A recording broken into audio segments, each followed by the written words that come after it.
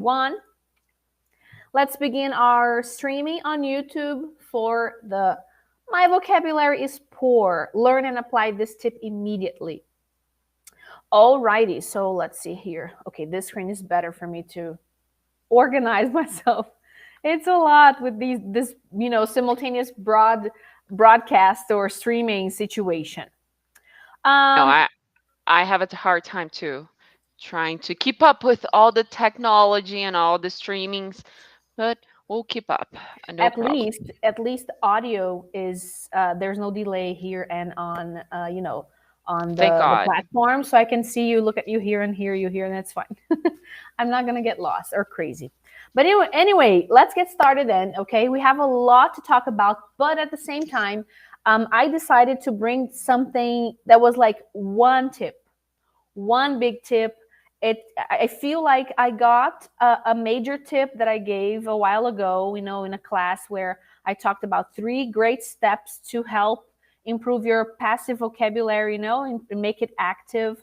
And then I said, you know what? We're going to look at like one side of this, one perspective, and get deep into it, but it's going to be one major golden tip. So that's what we have for tonight. So let's start sharing here with you all.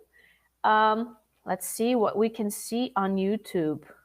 Visualize on YouTube, see if everything is going on. I think it is. I think you can see both me and MC, I guess. Well, The light, so before you start, the lighting on YouTube is so much more flattering than Instagram. So please join us on Instagram for that reason, okay? Thank you very much. it's a reasonable reason. At least here I have a filter.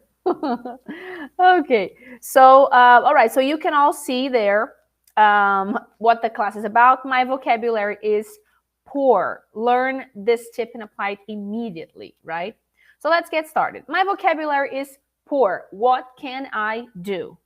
That's what we will see tonight. We will see actions, okay? What kind of actions we can take in order to improve the vocabulary that we use.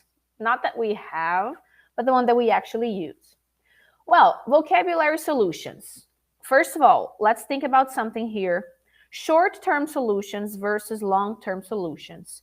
MC, you may have this feeling, and you all watching the class may have the same feeling, like, how can I apply something immediately, in terms of vocabulary, if vocabulary is something so hard to acquire, if vocabulary takes time to acquire?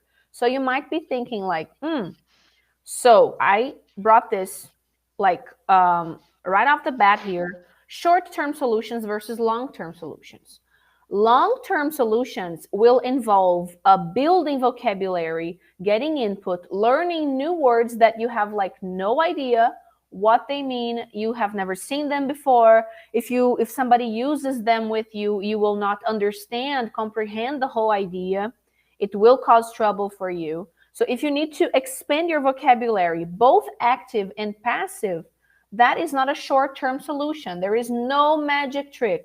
There is no shortcut, all right? You have to go to other techniques, other roads, take another path for the long-term solution. So what are we going to talk about tonight? The short-term solution. So the short-term solution, which you can apply today, immediately, tomorrow, is also connected to a specific vocabulary problem. Oh, what's that? What's that? What's that? I can't. It's inverted. Like the camera is mirrored. Failed. It's like join us on YouTube for whoever is hearing. You have to develop my ability of writing things. Or you can use the mirror filter. Remember that filter? Oh yeah. You can use that one. That's for next time. Yeah. So the short-term solution is connected to a specific problem. Let's talk about that problem, and I want you all on here, on YouTube, on Instagram, to think about it, assess, self-assess. Your vocabulary may not be as poor as you think. It may not be as poor as you think. So let's work a little bit on your awareness. What is your true potential today? What do I mean? Like, oh, it may not be as poor as you think. Think about it. Awareness. Let's turn on the awareness mode. How much of your vocabulary, the vocabulary that you understand, do you actually use? How much of your vocabulary is passive? How much of your vocabulary is active? Renata, when anyone talks to me, a foreigner, a Brazilian, someone that is a native speaker, non-native speakers in English, I pretty much understand everything. I watch movies, I understand everything, but I don't use those words. That's one situation. You have a lot of passive vocabulary, but you don't have active vocabulary. But if you still talk to people, listen to music, watch movies, and there is a lot that you don't understand, the input, when it comes to you, you can't figure out, you can't code that information. That's a problem that you need to solve in the long term, or in the not so long term, but not tomorrow. So if you feel, and this is something I see a lot, all right, a lot with people that have lived abroad, have studied abroad, have studied English for many years, with private teachers or traditional schools or online courses, people that have a baggage. Most of you, many of you who follow us have this baggage already. And then you have a lot of vocabulary, passive vocabulary. All you need to do is realize the true potential of your vocabulary. It's there, but you need to access that vocabulary the right way. You have to change a couple of things, on like your mindset to make sure that you are using the true potential of your vocabulary. And that's what we're going to see here today, okay? So this technique that I have developed was a technique based on those kinds of students. The students that have a lot of vocabulary potential, understand a lot, use very little, and for some reason, you will see which reasons and how to do it, they just keep it either like in the back of their memory, so there's no access to it, or for some other reason, they just don't use it actively like they should or they could. MC, can you, I don't know if you have ever met someone like this, like that when they are in a more relaxed environment, maybe they have better English, and then in other situations, they reduce their English, or they feel a little nervous, or maybe even yourself, if you can see that in yourself. Do you see that difference in variety of vocabulary depending on the situation, even if the person does have a baggage? Yes, and that happens with me. I'm not even going to mention anybody else because that happens with me. Sometimes when I'm caught off guard with a random questions that I was not ready, or I've never talked about this before. That kind of situation that it's the first time you're explaining something to someone. I'll give an example. Like when I fell down, the doctor was asking me, "How did you hurt your ankle?" And all of a sudden, I have to describe a situation that I'm not even sure if I understand everything. I don't even have the right vocabulary in mind. So, well, it was very messy. Mm-hmm. And then that happens with me. The second time that I was explaining that situation to someone, it was already much simpler and easier for me. So sometimes when it's the first time I'm talking about something, I blank a little bit, and I struggle to find the words. Or if I'm a little nervous as well, if it's a sensitive topic, and I'm also I tend to go back and think about something in the past, and I'm like, well, could have said this, could have said that, could have used that expression. So it's always like, didn't do my best, but Mm-hmm. that's okay. All right. Yeah. So we Maybe have here, being we a little have hard a, on myself too. yeah, there is a testimonial here from Vivian, our student. Back on Monday, I was super nervous because I knew you were listening in class, because I knew you were listening, me as a teacher. But today I was in a comfortable situation with a colleague, and I rocked. Yes. So can you see how, how our brains can be our best friends, and at the same time they can be our worst enemies? Our emotional state and a lot of other things get in the way. That's what I mean. That's what I want us to realize, that we have a lot of potential. And everybody following us here on YouTube will see the comparison right now that I'm showing on the screen between two living rooms. One that has just a plain sofa, an armchair, and a couple of accessories That's my versus, living room. sorry? That's my living room, the okay living room, the okay vocabulary. It's not to its full potential. and then the full potential living room, okay vocabulary, meaning the room without a lot of accessories and decoration, and the full potential living room, the full potential vocabulary. So when you glance at it, you take a quick look, and you see, wow, this flows better, this is more beautiful, it communicates something, cozier, it communicates living room better than the other one. And it's just a few details because the function is there in both. It's a living room with a sofa and an armchair. There aren't like many more elements. But it's not just about function, because communicating, speaking, using okay vocabulary is not enough if you want to reach the 2% English. So it's not about just saying what you want to say. It's about saying what you want to say in the environment that you want, in the level that you need, showing your full potential as an English speaker. That's what we're gonna do. Okay, we're gonna change up the living room, extreme makeover, home edition or English edition. Okay, so first of all, the first click that I want you to like push the little button there is stop saving your best English. Stop saving your best English because you are afraid of making mistakes, of using the word incorrectly, the phrasal verb incorrectly, or whatever it is that you are scared of, or because you think you will sound arrogant or too formal, And I've seen this happen a lot in the classroom. People holding back on their English, holding back on the best that they have to offer because the classmate, talking to them, or the workmate, then MC can give me her opinion on this, because the workmate doesn't perform as well, in English, and their English is not so rich and with less potential. Then you end up going like, oh, if I use my best English, then he might look bad, and I don't know. So like, stop saving your best English for yourself. Use your best English in class, in the real world, at meetings, and get out of your comfort zone. You already know how to speak English. You have a baggage. You need to get out of that, like, comfort English, the English that you go to a bar and you talk to your friends using that English. That English is not the one that you will use to reach the 2% English. And to reach the 2% English, you have to practice your best English. Practice those words that are, the ones that are more elevated and more clear cut, as we say here.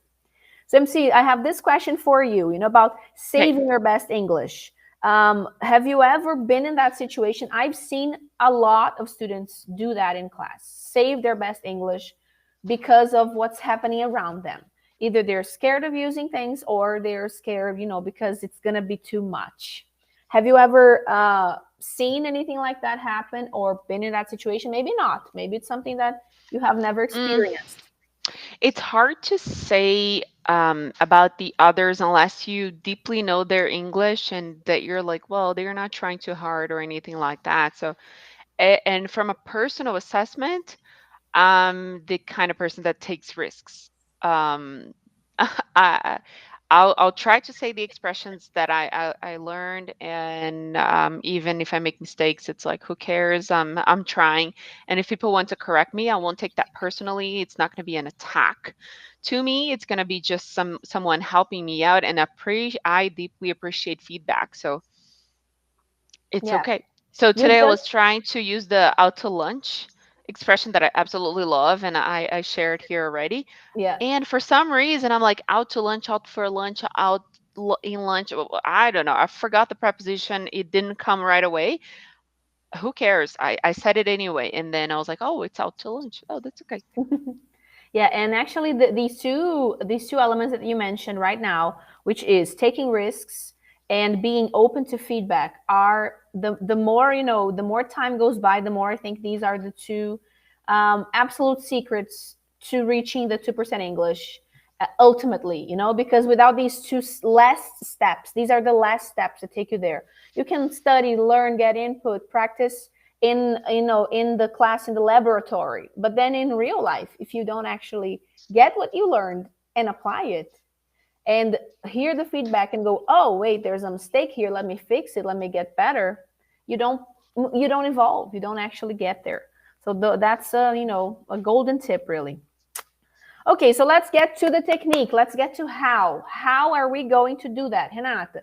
Awesome. I have to do this. I have to get out of my comfort zone. I have to stop saving my English. But exactly how is that going to happen? Milena is saying here on YouTube that she thinks she's this kind of person, student. Great, Milena. So we're going to change that. Think specific. First of all, the first step to change that vocabulary status in the short term is think specific. What do you mean think specific? I mean, start by adding adjectives and adverbs. These are only two possibilities, all right? I gave two because, as I said, I want to give you like one big tip that you can already start applying. Add adjectives and adverbs to your speech. Adverbs and adjectives are the elements of decoration. They give you that element of specific, that element of exact, of precise. So instead of saying customers, you can say quite a few unsatisfied customers. If you are just describing there was a problem with the customers. There's something happened and some customers complained. Think about specifying quantity. Quite a few is an adverb, right? That talks about quantity. Unsatisfied is the adjective that describes the customers. This is one short example. We will see more and we will practice more throughout the class. But this is so common. I see people describing things and talking about what happened, talking about what will happen without regarding, the importance of describing things, enriching, not using just good, bad to describe, but actually using adjectives that are, specific as well.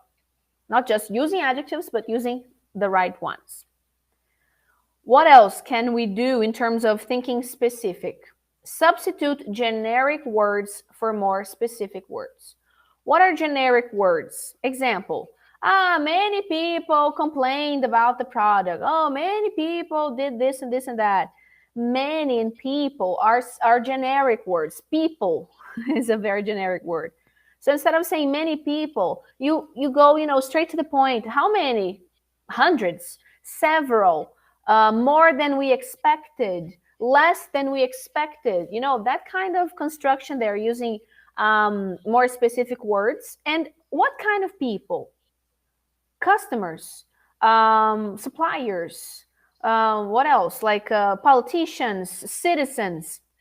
Don't use such generic words like people, and to talk about something that is professional or something that you need to be a little more specific about.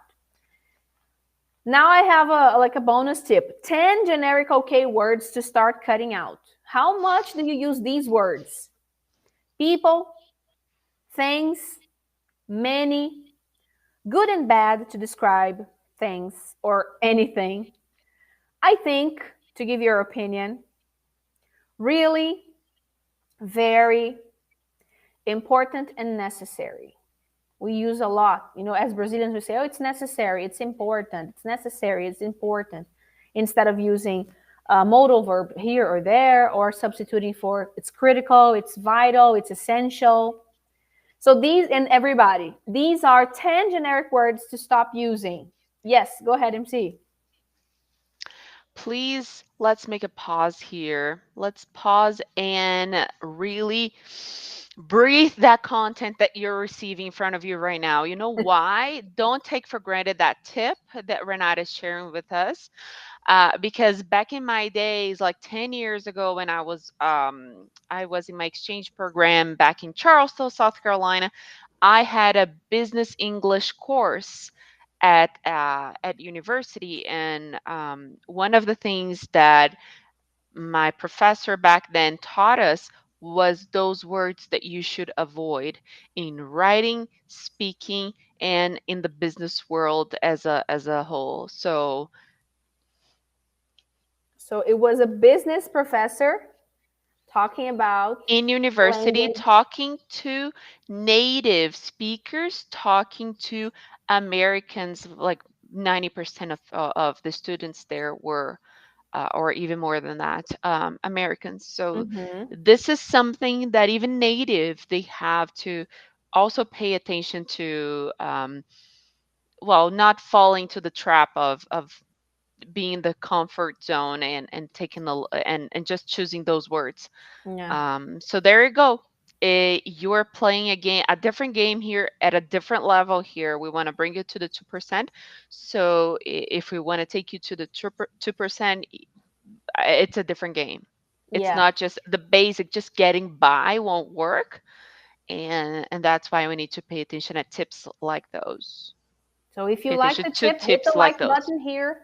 Hit the little heart to, help us get the live to more people, get the live stream to more people.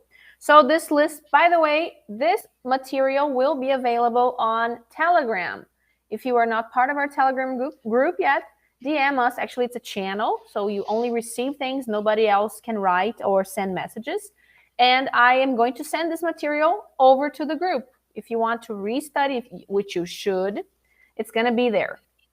Moving on then, the second point of the second tip here, think specific first and think similar now. And we usually, when we are students, like if we are teenage students or young in college, 20 something, and someone teaches us another way to do the same thing, you may have thought to yourself, why should I learn another way to do the same thing? It's like, save my time, save my memory. And then I guess it's human nature. It's our brain. It's our brain way. It's our brain's way of telling us, look, let's save this. It's not necessary. I already know one way. Let's save this energy. But no, in this case, we do have to. We have the 2% English, in mind. So we have to. We should think similar. Find synonyms. The website, thesaurus.com. I'm going to type it in later. Thesaurus.com can help you get started. If you are not very good with synonyms, there are great synonyms dictionaries online.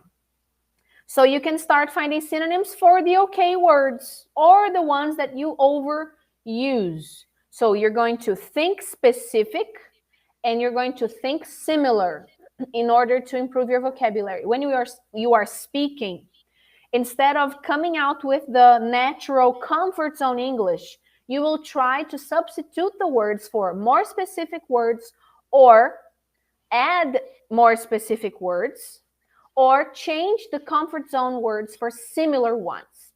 How? Practice first. Let's practice. We're going to use the MM2 technique of the Fluent for Real method. The MM2 technique means you're going to focus now on what we're saying, focus on what we're doing, forget about everything else. You're going to be 100% in the class. Mindful and meaningful. You're going to access your brain in a very meaningful way, not just like, whatever, okay? Meaningful and mindful. Let's do this. And we will start small, start simple. Don't complicate your life too much. The sentence is, her work is good. Her work is good. How can you turn this sentence into something with the full potential, using your full potential right now? What can you do to transform this sentence into your full potential? Her work is good. I'm going to give you like some tips, okay, as to what you can do. But you can do, beyond that as well, more than I'm telling you to do. Her work is good. Ask some questions like, whose work? Can I be more specific? Good. It's a prohibited word. We're not going to use that. And what kind of work? Can you be more specific? Can you specify what kind of work? Can you change good for something else? Think similar and think specific, like his work. Can you be more specific about who he is? Leave it in the comments. We want to see what you can come up with right now, okay? Leave it in the comments. I'm going to keep an eye on YouTube here to see if we have comments. And please take a look at Instagram as well, because for some reason, it's not updating for me. No, I can. No. No worries. Since last time, I Her don't know. I work need to is figure good. it out. Her work. Her work. Maybe you can use your creativity, okay? Imagine someone that you actually know to make it more specific. Can I practice too? I have Yes, I was suggestions. gonna ask you that, MC. Would you like to give it a try? Yes. So the analyst's work is exceptional or outstanding. She's a role model. All right. So the analyst's work is outstanding. She's a role model. What did MC do here? Instead of using her work, which we overdo as Brazilians, instead of every now and then breaking that with the possessive case, the analyst's work, we either make a mistake there or we don't use it because it's so different from Portuguese. The analyst's work, you know, the order, first the possessor, then the possession, then we avoid it. That was great. And it's something very, at the same time, it's a basic structure, but it's more specific. You're talking about the person.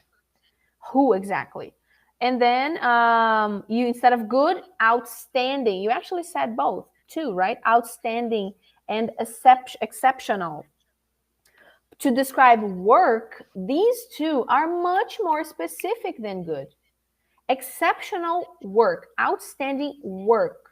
These are suitable for the word work, you know?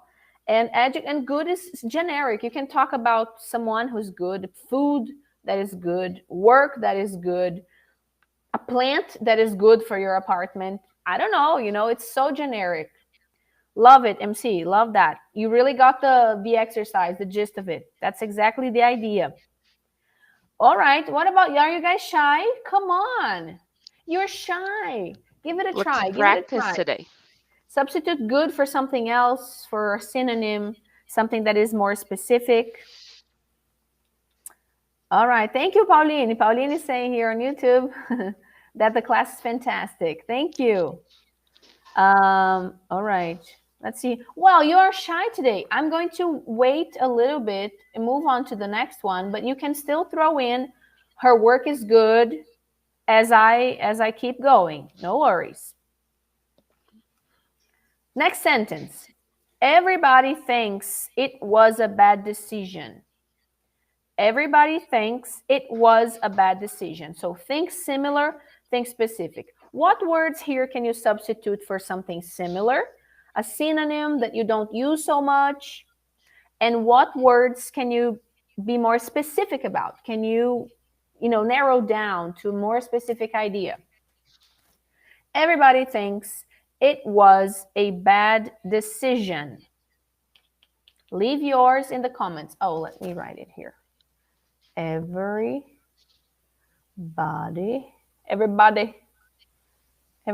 thinks. Everybody get up, singing 1, 2, 3, 4, 5 to make you get down now. Baby, bring it up now. Yeah, Everybody band. thinks Boy this band. was a bad decision. Okay. Everybody thinks this was a bad decision. How can you, make this, decorate the sentence? Everybody thinks it was a bad decision. Tips for you. What can you change? Who is everybody? Bad, also prohibited. Thinks. I think, he thinks, everybody thinks. So there are 3 things there that I thought we could change, Of course, there's a world of possibilities. So leave yours in the comment. Change this sentence into something a little more full potential. MC, if you are ready, you can also give it a try. She's thinking. I am. I'm trying to think about how to spice it up. So yeah, I'm gonna complete the whole thing. I'm gonna not complete. Oh my God, I'm gonna change the whole thing because, well, It's okay if as long as you keep the idea. There are a zillion ways, that you can express the same thing or a slightly different thing, or maybe you yeah, want to change a I'll little bit. try to keep it short. That's the problem. So let's go. Okay, you don't want to make it too big. Okay, get it. Yep. Too long. So your family and your friends are judging your decision, and they believe you could have done better, but not too specific, but Mm-hmm. not disclaiming what the thing is. Uh-huh. But what you are doing is you are definitely being more elevated because you use could have. When I was writing this, I thought about the should haves and the could haves for bad decisions in the past. So that's exactly what you did there. You said, can Your we do it again? family and your friends, Uh-huh. Are judging him or her no, are and being saying, judgmental, are being and judgmental. they believe you could have gone a different way, or you could have made a different decision, Mm-hmm. You could or have you done could better. have taken a different course Mm-hmm. for that matter. Uh-huh. All right. That's very elevated. Wow, that's MC level elevated. We have Woo! two suggestions here from our dear Carol, MC. Let's hear Carolzinha. Carol. Okay, yeah. So about sentence number one, which was, Carol's back. Oh my God, I'm gonna die yeah, today. Woo! which was about, Fireworks. okay, let's go back here on the screen. Her work is good. Her work is good. She wrote, the technician's surgery skills are incredibly accurate. So Wow. could I describe someone's surgery skills as her work is really good or her work is good? Yeah, I could be talking about that person and saying her work is good. Or I could be talking about her and I could say the technician's surgery skills are incredibly accurate. What did she do here? Her work became the technician's surgery skills. She's talking about like the specific skills and what kind of work she performs. Plus, she included an adverb incredibly instead of very, instead of really, incredibly, and instead of good, she was more specific. She said accurate. It's not just good. It's not just, reasonable or okay. It's accurate, which means she does not make mistakes.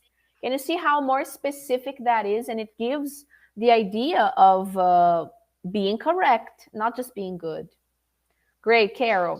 By the Another way, that's one. a great review for his portfolio, okay? What? Sorry. That's a great review for his portfolio. The surgeon, or her, his or hers. Uh I don't huh. know. So here we have everybody thinks it was a bad decision, and she wrote the majority. I that's what I want. I wanted someone to give me that. The majority of us feel like this decision might not be appropriate. First of all, when you say everybody, the listener will think literally everybody. Is it really everybody or a part? Hardly ever. And Hmm. something that we tend to forget to use is those expressions of partial quantity, like the majority of the team, most of us, both of us, either of us, neither of us, none of the co-workers. These expressions are much more specific than many, than some, than everybody. Much more elevated and preferable over other simpler expressions. So awesome. So she substituted everybody for the majority of us. Feel like, it's a lighter way to say think. Like we think, we feel like, it's a polite way to say this is my opinion. Awesome, I love that.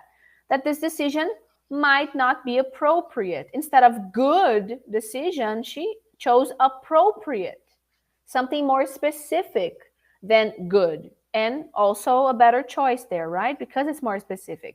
And she also chose to substitute it was for maybe it's not appropriate. It was not, or it is not.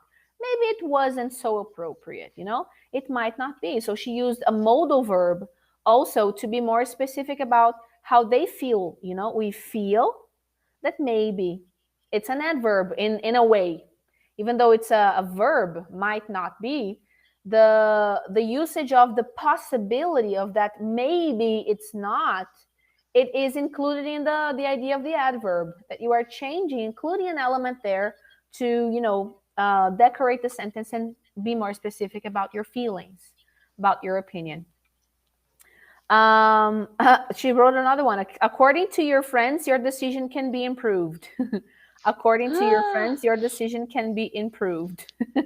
Improved. Yeah. So your friends think it was everybody thinks it was a bad decision, and according to your friends, your decision can be improved. Also, she worked a lot with the two elements: be specific and be similar. Think specific and think similar.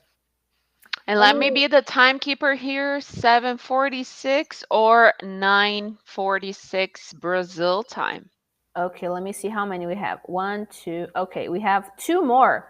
We're gonna do one, and then So I'll we give send. people a chance to, yeah. Yes, I'll do one more, and then we'll go to. I'll send the last one to Telegram, and there's a challenge that I'm going to post on stories. There will be a challenge on stories, like a big sentence. If you are practicing with these smaller ones, there will be a harder one coming up. Okay, this one. I like this one here. He said he didn't receive the email. I want that one. I want that one. Do you have to say that a lot? Oh no, but I remember a sentence from Friends. Oh, okay. So he said he didn't receive the email. What can you do? Think similar, think more specific, and leave your practice in the comments on Instagram or on YouTube. He said he didn't receive the email.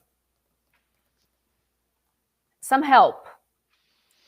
Said, do you have to use that verb? He said, do you always use that verb when referring to what other people said? And which email? You can be a little more specific about the email. And anything else that you want to change or include. Think specific, think similar. MC, do you want to give it a try? Yes. Go ahead. The director claimed she didn't receive the inquiry about a goal change. So in the inquiry about a goal change, that would be the subject of the email. Instead of talking about the email, you are already talking about what matters, which is the subject addressed in the email. But again, be mindful that it's very formal. Like a person claiming he or she did not receive a certain inquiry or email or something, it's very formal. Yeah, when you say he claimed, you are also being more specific in terms of being neutral. When you say he claimed, you are removing yourself completely from the sentence, from the information. Like, I don't know what's true, what's not true. He claimed. That's what he said. I'm just repeating what he said. I don't agree, disagree. I don't believe or not believe what he said. That's why because when you it's so say formal. we need to pay attention to those things, and I'm glad you brought that up, because when we say didn't receive, somebody's at fault here. It feels like, wow, somebody didn't send that. And when that person is the director here that I'm saying is claiming that she didn't receive, the inquiry, it sounds less blaming. I don't know if it makes sense. It sounds less like there's someone to At fault, blame. yeah. Yeah. At fault there. I see. Yeah, that makes sense too. Totally. So the director claims or claimed he didn't receive the inquiry about the goal change. I guess that was it, right? Oh, so we have Pauline here. Okay. Ah, Pauline is trying the other one about the decision. Let's go back just a sec. Okay, here. Most of my coworkers feel like my decision was not appropriate in that situation. All right, Pauline, good. Most of my coworkers instead of everybody. More specific. Feel like, similar to think, but different. Appropriate instead of good. Good. So you checked all the boxes. Similar, specific. That's it. And so we have the last one I'm not going to do because we are running out of time, and the challenge will be on Instagram stories. It's one big sentence that I took from a news article from today. Did you know, MC, that Toyota, your dear Toyota, is actually investing in hydrogen powered vehicles and claiming that they should that everybody should invest in them, and that actually the villain is not a motor piston running motors, but actually, carbon.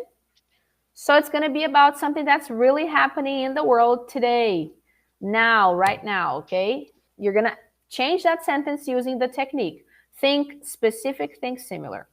On I don't know. YouTube, I will leave the link to the other class that talks about this technique and two other steps. It's less, like it's less of a focused flashlight, dig deep class, but it has a lot of information as well about how to change that vocabulary, the passive into active.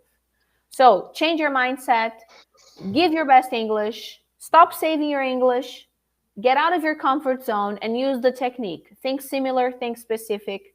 Make sure that you access the passive vocabulary that you have, reach the full potential of your own vocabulary, and get closer to the 2% English every day, okay?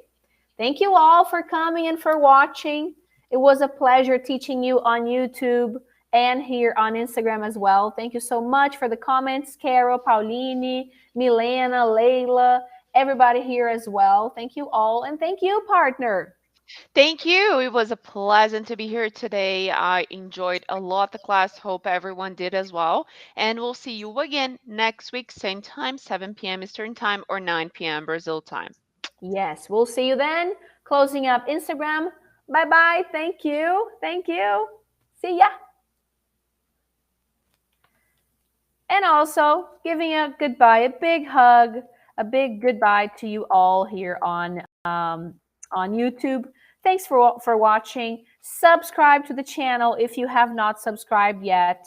Follow us on Instagram, etc., because we are on Instagram, Facebook also. And we'll see you all next week, right, MC? Absolutely. Bye bye. Bye for now. Bye bye, everybody.